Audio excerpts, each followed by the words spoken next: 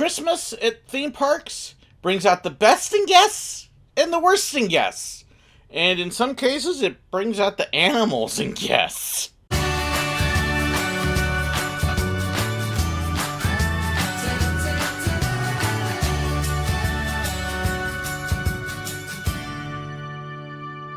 Christmas at theme parks is almost like a Dickens novel. It's the best of times and the worst of times. The parks have the decorations all out. They're set up, they're beautiful, they're gorgeous. The music is exciting. People are happy because the holidays are here. The temperatures are not anywhere near as hot, so they're oftentimes more comfortable. There's all sorts of special events and festivities, and it's a wonderful time to be at the parks. It's also a terrible time to be at the parks because everybody is going.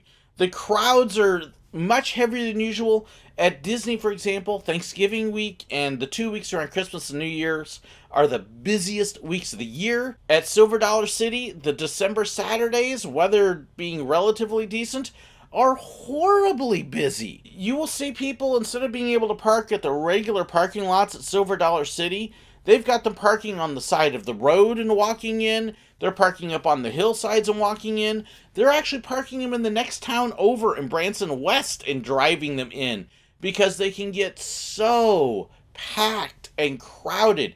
It's nuts. You don't want to go to Silver Dollar City on a December Saturday. Trust me on that. Weeks around Christmas at Disney are the same thing. The parks will close early, 10, 11 a.m. or noon, especially New Year's Day. The crowds are just tremendous where you're walking around all day just kind of like this because there's no room to be able to move around. So I love being in the parks, but there's times like that I definitely don't like being in the park.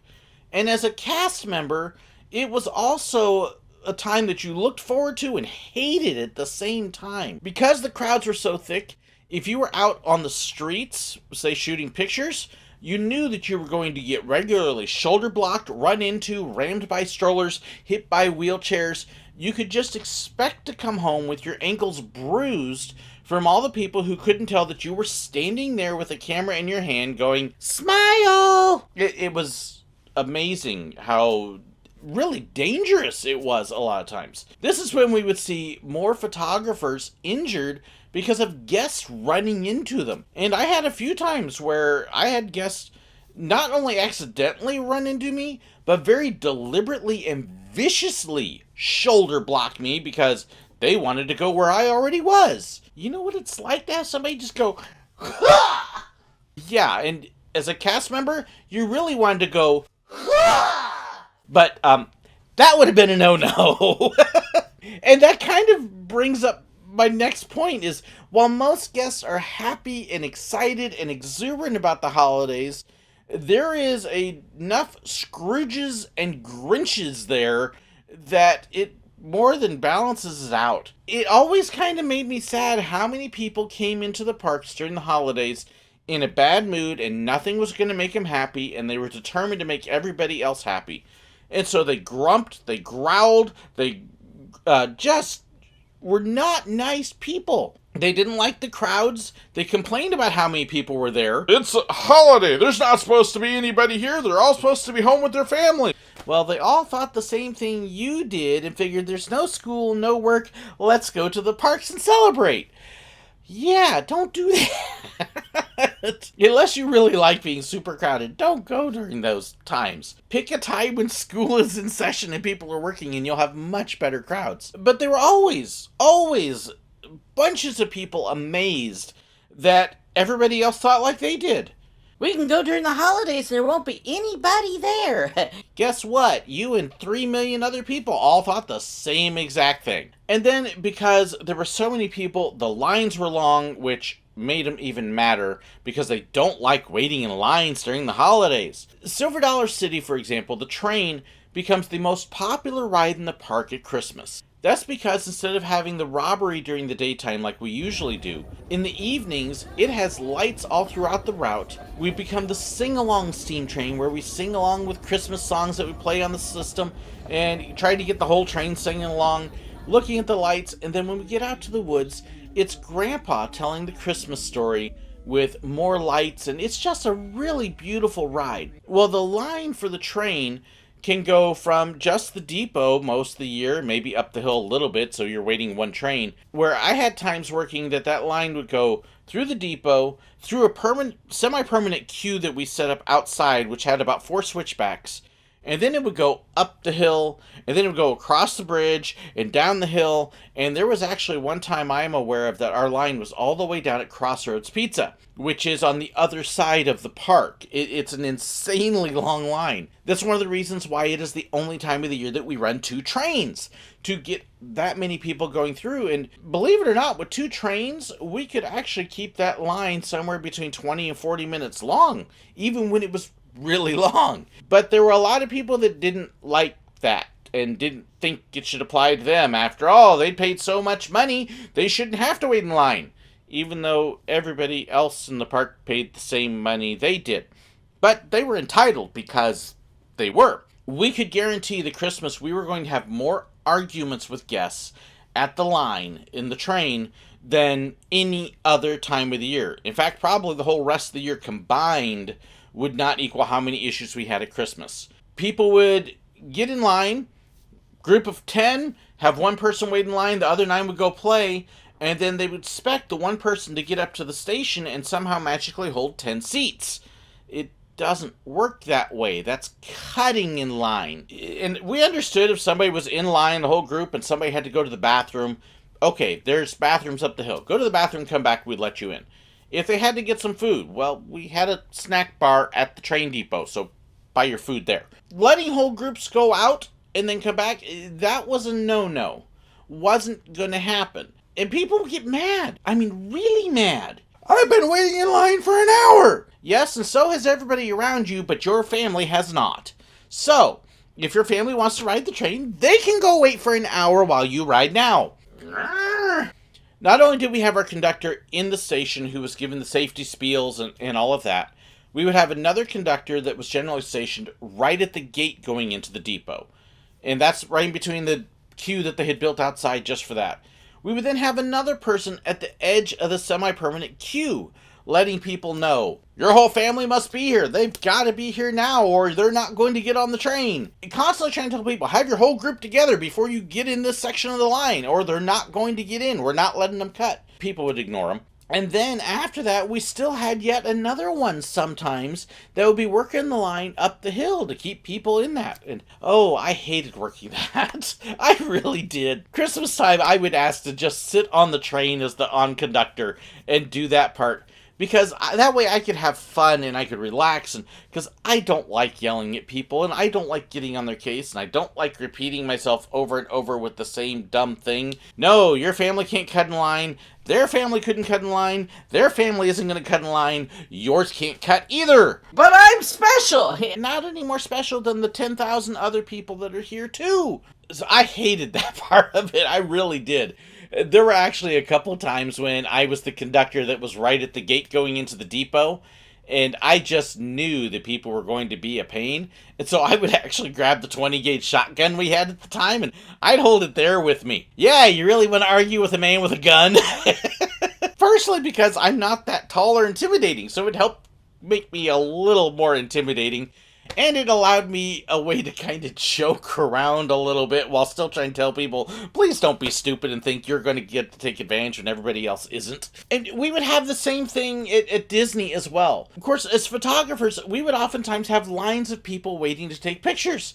And people would think that they could just walk right on up. And I understood if they didn't see the line. Goodness knows, I've done that. If you walk up to a photographer thinking that there's nobody there, and, oh, cool, we got no line. Oh, there is a line. Oops, I'm sorry. But we would have people that would walk up, look at the line, see the line, and then go try and cut in front anyways. It don't work that way. Go wait! You know, and I had mentioned the Grumps and the Grinches and the Scrooges. And some of them, I honestly think, want to be offended. I know at the end of December, there are a lot of holidays. There is Hanukkah, there's Kwanzaa. For some, there's Winterfest or the Winter Solstice. For the vast majority, it's Christmas. And it's okay. I don't care if you wish me happy holidays and I say Merry Christmas. or I give you a happy Hanukkah or whatever. I see people get all uptight over what people say. Yeah, so what? I'm not going to be offended if somebody wishes me a happy Kwanzaa. Why be offended if I wish you a happy Hanukkah or a Merry Christmas? Because of that, the parks I worked at all had something that was specifically Christmas. Silver Dollar City especially, because its founders are Christian. It's in the middle of the Bible Belt, so there is a living nativity. Grandpa is telling the Christmas story, the story of Jesus' birth. And there's all sorts of things there that are definitely Christian in flavor at Christmas time. Over at Disney with the Candlelight Processional, it is a huge choir. It's a gorgeous production that I absolutely loved, where you would have cast members singing choir along with local high school students and a full symphony and a guest speaker, and it is telling the Christmas story, reading Bible verses about the birth of Jesus and that whole time. And I would see people at both places that would go in and then get mad. People would sit it down and then start hearing the Bible verses and get up, and you'd watch them leave in a huff. How dare them read the Bible? I can't believe they do that. Hello? Did you pay any attention before you sat down? We'd see this at Silver Dollar City too. Bible Belt Christmas, Christian-owned theme park, and they'd get mad because there would be Christmas stuff. Really? I'll be honest, I get kind of irritated at the people who get upset and offended that somebody didn't say Merry Christmas because it's self-centered. And it's the exact same reason I get upset at people who get offended because there is Christmas stuff in front of them. Are you so wanting to be offended that you've got to find something? If you don't like it, fine, shut up. But it's Christmas time. Have a little bit of holiday spirit for the other people around you and realize that not everybody celebrates the same way you do, and that's okay.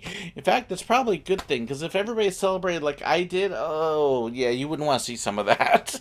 But I never understood people going to a theme park and then going to something that is specifically for Christmas and then getting upset and offended because it was Christmas. That seemed to be par for the course that time of year, and you just knew ahead of time that it was coming. And so you just kind of had to prepare for it. It's like people are going to be happy and excited and looking forward to trying wassail and gingerbread and chestnuts on an open fire and all hot chocolate in the parks and all this stuff you don't get the rest of the time. And then be aware that there is Grinches and Scrooges, that this is their purpose for being in the parks, and oh well. Don't be a Grinch. Don't be a Scrooge. Have fun in the parks. Put a smile on your face, and if it's something you don't like, yeah, so what?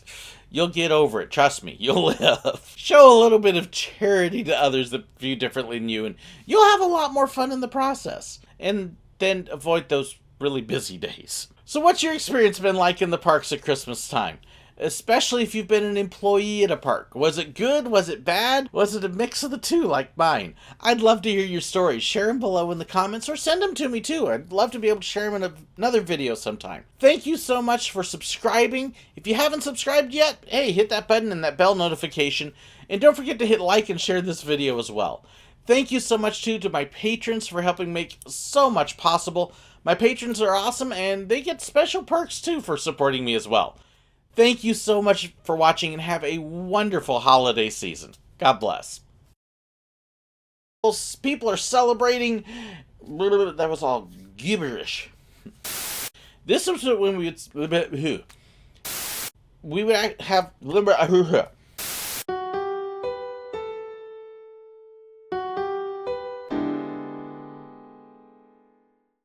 If you'd like to know about my merchandise, fan pages, and more, be sure to check the description below. If you'd like to know whenever I've got a new video posted, well, make sure you hit that button right up there and subscribe. If you'd like to watch another one of my videos, I've got a great one for you right here. And if you'd like to be like these wonderful people here and support me financially on Patreon, well, make sure you check the link right there. There's even some extra perks for them. Thank you so much, and God bless.